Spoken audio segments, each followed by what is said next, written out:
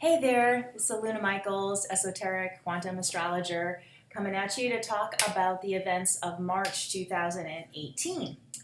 Okay, so we're going to first talk about just maybe a general picture here, is that the month starts out kind of vaguer, and as the month progresses, gets more in focus because we're starting out, if you know any terms, with a lot of Pisces, of course, and Neptune.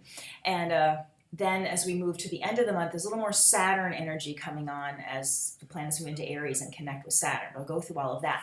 First thing is, today is the 28th of February, but tomorrow, March 1st, we've got a full moon. And the full moon, so that's the sun and moon opposite each other, but the sun is right next to Neptune. Now, Pisces is connected to the sign Neptune. That's the ruling planet. So to have Sun and Neptune close together gets a little extra Pisces-y or Neptune-y, so a little more vague, a little more dreamy. And, the moon in Virgo is so opposite. Virgo moon likes clean lines and, and what you might want to ponder about is times that you talk yourself out of your dreams. There's a balance here, and I'll go, but first of all, the Virgo can pick on the big dream of Pisces and Neptune, and you'll never get to do that, or you'll never, if you're trying to use affirmations, it's the negative voice, you'll never do that, and you'll never accomplish it, blah, blah, blah. But also, the Virgo moon can also help to say, in a positive way, all right, I want this dream, the sun and Neptune together. And Virgo says, how does it happen? What are the steps we can take? What's in the way? Like, I believe it, kind of, but then this other belief is blocking the manifestation of the affirmation belief. And Virgo can say, oh, let's get this out of the way. Almost like, if the queen is walking and you get that guy that moves the sticks out of the way or whatever in the way of the queen so she has a smooth path, Moon and Virgo could operate like that to say, what in my mind is in the way of the dream, instead of pooping on the dream. So that's something to kind of ponder in yourself and, and maybe do some writing about, and that could illuminate a whole lot during that full moon time. Now, kind of linked with that idea is the planet Jupiter is going to go retrograde in March, and that's going to be on March, I didn't write it down, on March 8th or so. I say or so because some people are in Australia with this and it's happening on the 7th or the 9th or however the time difference changes, but it's around the 8th. And Jupiter as well. Now, Jupiter and Neptune have a kind of co-connection, and they both represent things about spirituality and possibility and dreams, And right now, Jupiter's in Scorpio, which has a little bit of similarity to Virgo in that Scorpio can see the flaws in a process and say, what is in the way of the dream manifesting. So as Jupiter turns retrograde, it can make you feel a bit like the wind goes out of your sails, because partly Jupiter is about you expand.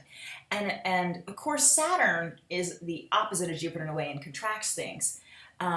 So they sort of balance each other that way. But also Jupiter expands in its direct, when it's direct, and then it sort of pulls back and says, okay, when it's retrograde, what's really viable of all that? And take what had the most growth and kind of go with that, or what is a really good idea, and again, things need to be out of the way, and we can go again when Jupiter goes direct. So Jupiter has a kind of breathing phase of this retrograde direct thing, where you kind of check in with everything you've been trying to accomplish and stuff like that. And another thing, let me tell you this, that Jupiter, the outer planets, Mercury goes retrograde 3 times a year. The outer planets, when, let's say we get Jupiter, Saturn out to Pluto, they only retrograde once a year, go direct once a year. So Jupiter will stay retrograde till July. So it's a thoughtful time about, what dreams are the most precious to me and what plans, and how can I work to make those happen and get more focused in, because Jupiter's so broad that it's like, kind of like maybe you can't do everything, what is you're prioritizing and saying which things are the most important. And sometimes when you make the most important thing first, other things fall in line, you kind of end up getting more done or more happens, or once you get this thing in place, the others sort of harmonize with that, most important priority. So Jupiter going backwards in Scorpio can really help you analyze or sort out the most important steps to take. And it also does make you see, how am I walking my talk? And again, not being mean to yourself, because again, Scorpio can sometimes go there, but what are ways that, like, I believe this, but I don't act that way? What do you say to your friends? Or do you think it's just sort of a nice idea? Or do you find yourself, I don't know, like if you're, even just small things, like you're in your yoga class and then you leave yoga and you're feeling all, lifted up and whatever, and then you're like cutting people off on the road, or somebody, you're learning about compassion in yoga class, and then somebody's grumpy at you in the Starbucks after yoga, and it's like, oh, like, let them go in front, or this person's probably having a bad day, or, can you carry over your personal philosophy, into the day-to-day things? And so Jupiter can kind of, when it retrogrades, especially when it's in Scorpio, show you where you fall short of that. And just to say where, why do you fall short of it, And not again, it's like, I wonder why I can't sustain that, or I'm choosing not to sustain that, or I allow the belief in this part of my life but not in this other part, I have compassion for my friend but not compassion for my husband or something. How can I stretch more, and just say, wonder what the little bramble is. So try not to feel too, when the Jupiter goes retrograde. It's not like you'll never have your dreams. It's like, what's in the way of helping them manifest? That would be the key. And kindness to yourself. Now, then we're going to have a new moon, of course, as we do, on the 17th. And I usually only tell you about the moons when there's other planets involved with them. So this one's kind of interesting. So on the 17th, we've got, the new moon is when the sun and moon are conjunct, so that'll happen in Pisces. And they're going to be squaring Mars. And what's interesting is that Mars will be at the very last degree of Sagittarius when this happens. So the sun and moon are at 26 and the Mars is at 29. And any planet, when it's at the 29th degree, that final degree, because there's 30 degrees, 0 to 29, and then it hops over and it'll be 0 Capricorn the next day. So that last degree is kind of potent. And again, it's almost like, because it's the new moon in Pisces and I want to live from compassion, and that Mars is really, can be mean or irritated, but Mars can also show you how to balance not being a pushover. So that new moon is like, first of all, where you choose to be compassionate with others and not other times, or with yourself you are and then not. But also it could be, do some people need, the highest love might be to be more clear instead of allowing them to do something, or do you need to tell someone the truth? Sometimes Pisces just lets things slide. It's very non-confrontational, where Mars is very confrontational. So the best thing for the relationship might be to say, hey, when you do this, that hurts me. Or the friend who shows up half hour late, it's like, I feel like you don't think my time is valuable and it makes me uncomfortable to make plans with you.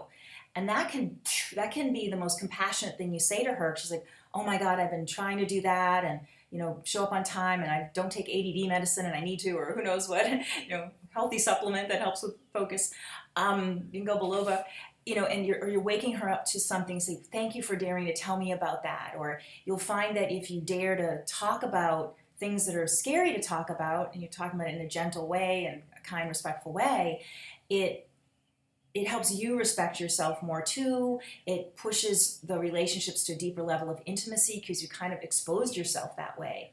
And again, to watch out for it not to be built up and then Mars, So watching out, and that happens on a weekend. And to kind of think, wow, how can we, if we're going forward in relationships, if it's a marriage, it's your mom, it's your friend, it's within yourself, how do you be more honest with those people? And it could be to say, I don't like when you do that, which could be part of that theme, because Pisces can be sort of downtrodden, and that Mars is saying, come on, let's make it safe to be around this person. I don't want to feel like I'm bottled up every time I'm planning coffee with you and when you're going to be late, So it's like, it kind of clears the air in a healthy, fresh energy, almost like, we're going into spring. It's right before the spring equinox, and you want to make that fresh, So, and again, not aggressive. So then, of course, Mars will then go into Capricorn, and it stays in a sign for about 2 months. And Mars in Capricorn is a wonderful time of, this is where we get into more of this focus stuff, you know. So Mars in Capricorn is very focused on goals and meeting goals and accomplishing goals. And I think you know that Saturn has gone into Capricorn. So what will happen is for the end of March, Mars goes into Capricorn on the 18th. So Mars will connect with Saturn, and also I'm going to backtrack in a little bit that Mercury and Venus are in Aries, also squaring Saturn. So there's this theme of Saturn kind of coming into a lot of the smaller planets, and Saturn wants to clarify everything. So Neptune and even the Jupiter retrograde, it can be sort of spacey, and trying to come back into focus, and that Saturn can really help that. And one of the things that's interesting about Saturn, because it can be super critical or a big bummer, but the best thing I think with Saturn is looking at the foundational piece and just improving a tiny piece. But if it's a purposeful piece, the thing, like if you look at yourself or look at whatever problems you have going on, it's like for instance, if you're pre-diabetic or something and you need to change your food, it's like it could feel so vast to get rid of all sorts of things, but it might be, you know what, I'm not going to eat ice cream at night because I'm always having sweets at night. I won't have sweets. I'll have cut up vegetables or something. And that's a small step, but it's a big step for you. And then it gives you a sense of like, I could do that. I did that. And now I can say, I'm going to have a healthier, I'm not going to eat sugar donuts when they pass them around at work. Okay, now I've done that. And Saturn, and you can go like up the stairs from one thing where I feel successful. Now I feel successful here. So if you make your goals small and manageable, you build success instead of the opposite way Saturn can work, which is like, I'm never going to eat sugar again. And then you feel like you're a loser and you can never do it. So you want to give yourself small victories and then build on another small victory. And you always know, I always still have this victory if this one doesn't work, and now I can go back to this second one and put more energy toward it, and then doop, doop, doop, doop. And interestingly, even the second half of March, you can build a whole lot of self-confidence about these things. Again, even when you're examining why your dreams aren't coming true, why you're not manifesting what you want to manifest, make smaller steps and say, that's going to lead to a big result. And be patient and just focus on the small step, and then suddenly you're like, wow, that small step really took me really far. So that's kind of that idea of all those planets being in Aries and also connecting with Capricorn. So the Mars and Saturn being Capricorn, and then Mercury and Venus being in Aries, because that's Mercury and Venus in Aries is like, yes, and then it's like a little bit curtailed or balanced out with the Capricorn planets being there. Now, talking about Mercury in Aries, it will go retrograde. I know you like to know those dates, and that would be Mercury's going to retrograde on the 22nd of April, and it's going to be at 16 degrees of Aries, if you keep track of that, and it will stay retrograde until April 14th. Some people like to know the pre-retrograde. So how we figure that out is in April, Mercury goes direct at 4 degrees of Aries. So we say, okay, when is it 4 degrees before it goes retrograde? And that is on the 7th of March. So between the 7th and the 22nd, we're in that pre-retrograde phase. And that, again, is a time of great reflection. And because it's happening in Aries, it's like, again, like, like if it's like the Olympics and they're going to do the high jump, they can't just stand at the line and jump up over the thing. They have to go backwards and then build momentum and run and go over the goal. So, Mercury and in Aries is like, let's do it, But the wiser way for Mercury in Aries is to be a little bit retrograde and say, in order to clear that level, I need to back up and then build momentum and go over it. So that retrograde can be, again, examining yourself and ways you fight yourself, because it's Aries, ways you make things maybe harder for yourself than you need to, and how you can build more enthusiasm and have a clearer path. So when you're ready to go, you're ready to go, and you accomplish the goal. So the month is really starting from this dream space, and maybe a little bit like, why don't I get there? Why doesn't it happen? To examine, oh, okay, this is why it's happening, and I'm going to get there with these small goals. And then this tremendous result coming out of that. And really, maybe keeping a journal of, and keeping yourself kind of reined in about the tiny steps. And then you might notice, wow, that tiny step had this huge result. And that inspires me. Keep going, keep going. By the end of the month, you can take a big step that you might not have been able to take all at once, you know? So that's the story of March. If you have any, oh, I want to say one last thing, I think, here. Well, no, I'm not going to say it because it just kind of repeats the same thing, because the Mercury and Venus kind of work to square Saturn, which again is more of that, assessing yourself kind of stuff. Okay, so if you want to have a private session with me, Aluna Michaels, Aluna at alunamichaels.com. You can go to my website, alunamichaels.com. You can call or text 248-583-1663. And I hope you have a fabulous month of March, and I'll see you in April. And bye-bye for now.